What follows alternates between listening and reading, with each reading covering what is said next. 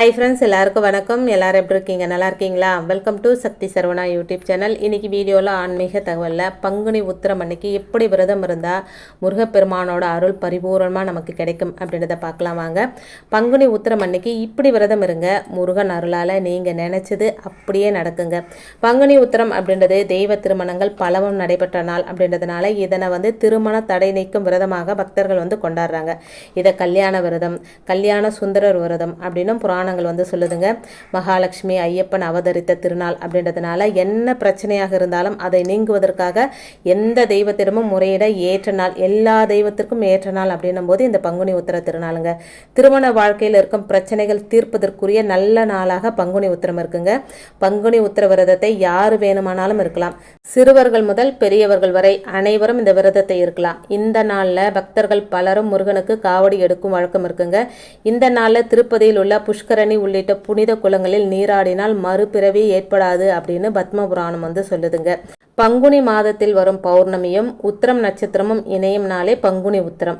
தமிழ் மாதங்களில் 12வது மாதமாகிய பங்குனியும் 27 நட்சத்திரங்களில் 12வது நட்சத்திரமாக வரும் உத்திர நட்சத்திரமும் இணைந்து வரும் நாளான பங்குனி உத்திர திருநாள் முருகப்பெருமானுக்குரிய முக்கிய வழிபாட்டு நாளாக கருதப்படுதுங்க. ஆனால் இது சிவன், பெருமாள், சுவாமி ஐயப்பன், தர்மசாஸ்தா என அனைத்து தெய்வங்களையும் வழிபட்டு தெய்வீக அருளை பெறுவதற்கான அற்புதமான நாளுங்க. இந்த ஆண்டு மார்ச் 25ஆம் தேதி, அதாவது பங்குனி 12ஆம் தேதி திங்கட்கிழமை அன்னைக்கு பங்குனி உத்திர பெருவிழா வருதுங்க. 2024ஆம் ஆண்டின் முதல் சந்திர கிரகணம் தீமையை வென்று இறைவன் நன்மையை நிலைநாட்டியதை கொண்டாடும் வண்ணங்களில் திருவிழாவான ஓலி ஆகியவை இணைந்து வரும் நாளில் பங்குனி உத்திரம் வருதுங்க. பொதுவாக கிரகண நேரத்தில் செய்யப்படும் வழிபாடு பிரார்த்தனைகள் 1000 மடங்கு அதிக பலன் தரக்கூடியது அப்படின்னு சொல்லுவாங்க. அதிலும் பங்குனி உத்திரத்தன்று வரும் கிரகணம் அப்படின்றதுனால இந்த நாளில் நீங்கள் என்ன வேண்டுதல் முன்வைத்தாலும், என்ன பிரச்சனை குறை அப்படின்னு முறையிட்டாலும் அது உடனடியாக தீர்ந்து கைமேல் பலன் கிடைக்கும். இந்த நாளில் எந்த முறையில் விரதம் இருந்தால் முழு பலனையும் அடையலாம் அப்படின்றத வாங்க தெரிஞ்சுக்கலாம். இப்போ தான் ஃபர்ஸ்ட் டைம் என்னுடைய வீடியோஸ்லாம் நீங்கள் பார்க்குறீங்க அப்படின்னா ப்ளீஸ் சேனலுக்கு சப்ஸ்கிரைப் பண்ணி சப்போர்ட் பண்ணுங்கள். உங்களுடைய ஒவ்வொரு சப்போர்ட்டும் எனக்கு மிகப்பெரிய ஒரு மோட்டிவேட்டாக இருக்குங்க. மார்ச் 24ஆம் தேதியே பௌர்ணமி மற்றும் உத்திர நட்சத்திரம் தொடங்கிறதுனால அன்று பகல் பொழுதுல சைவ உணவாக சாப்பிட்டு ராத்திரியில் பால், பழம் அல்லது எளிமையான உணவை சாப்பிட்டு விரதத்தை தொடங்கலாங்க. மார்ச் 25ஆம் தேதி பங்குனி உத்திர திருநாள் அன்று காலையில் எழுந்து குளிச்சுட்டு வீட்டையும் முருகன் படம் அல்லது சிலையும் சுத்தம் செய்யணுங்க. வாசலில் கோலம் போட்டு வீட்டோட பூஜை அறையில் விளக்கேற்றி வைக்கணுங்க. முருகனோட விக்கிரகம், வேல் இதெல்லாம் வச்சிருக்கிறவங்க பால், பன்னீர், பஞ்சாமிர்தம், சந்தனம் உள்ளிட்ட பொருட்களால் எளிமையாக அபிஷேகம் செய்யலாங்க.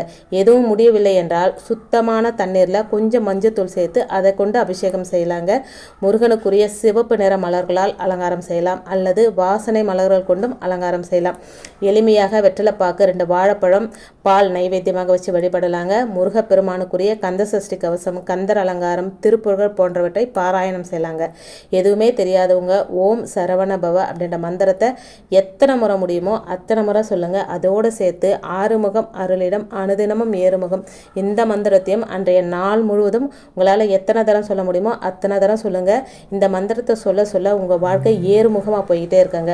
நாள் முழுவதும் உபவாசமாக இருந்து வேண்டுதல், குறைகள் என எதையும் சொல்லி முறையிடாமல் முருகனோட நினைவிலேயே இருங்க. கிரகணத்தின் போது உங்களின் வேண்டுதலை ஒரே ஒரு முறை மனமுருகி முருகனிடம் சொல்லுங்க. கிரகணம் முடிந்ததும் குளிச்சுட்டு மாலையில் பக்கத்தில் இருக்கிற முருகன் கோவிலுக்கு போயிட்டு முருகப்பெருமான தரிசனம் செய்யுங்க. முருகன் கோவில் இல்லை அப்படின்னா சிவன் அல்லது பெருமாள் கோவிலுக்கும் போகலாங்க. ஏன்னா எல்லா தெய்வத்துக்கும் உரிய நாள் அப்படின்னும் போது அது பங்குனி உத்திர திருநாளுங்க. மாலையில் கோவிலில் தரும் பிரசாதத்தை சாப்பிட்டுட்டு விரதத்தை நிறைவு செய்யலாங்க. முடிகிறவங்க அன்று இரவும் பால், பழம் மட்டும் சாப்பிட்டு விரதம் இருக்கலாங்க.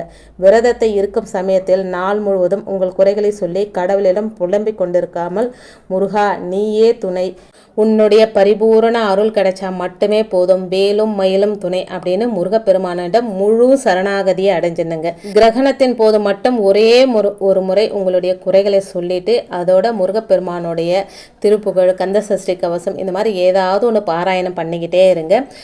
விரதத்தை நிறைவு செய்யும் போது மட்டுமே நம்முடைய வேண்டுதலை முருகனிடம் முன்வைக்கணுங்க. முன் வச்சுட்டு முருகா நீயே எல்லாத்தையும் பார்த்துக்கோ அப்படின்னு சொல்லி அவரை சரணாகதியை அடைஞ்சிட்டு நம்முடைய விரதத்தை நிறைவு செஞ்சுக்கலாங்க.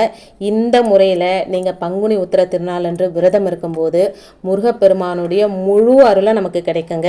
கிரகணத்தின் போது நாம செய்யும் வழிபாடு 1000 மடங்கு பலன் தரும் அப்படின்னு சொல்லுவாங்க. அதனால இந்த அற்புதமான ஒரு நாளை தவற விடாம எளிமையான முறையில் முருகப்பெருமான வழிபாடு செய்ய போகிறோம். ஒரு வெத்தலை பாக்கு, வாழைப்பழம், ஒரு பால், நிறைய கல்கண்டு போட்டு ஒரு பால் நெய்வேத்தியமாக வைக்க போகிறாங்க. இதுதான் நாம் முருகப்பெருமானுக்கு வைக்கிற நெய்வேத்தியம்.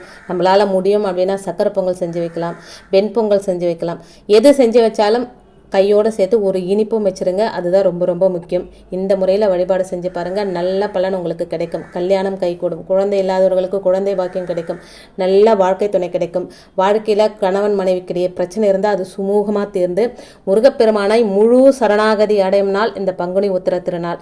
முருகப்பெருமானை முழு சரணாகதி அடையும் நாள். நீங்கள் அந்த மாதிரி முழு சரணாகதி அடைஞ்சு பாருங்கள், எல்லாமே உங்களுக்கு நல்லதாகவே நடக்குங்க.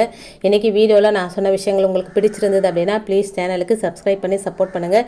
இந்த வீடியோவை உங்கள் ஃப்ரெண்ட்ஸ் அண்ட் ஃபேமிலிக்கும் ஷேர் பண்ணி விடுங்க, அவங்களும் பலனடையட்டும்.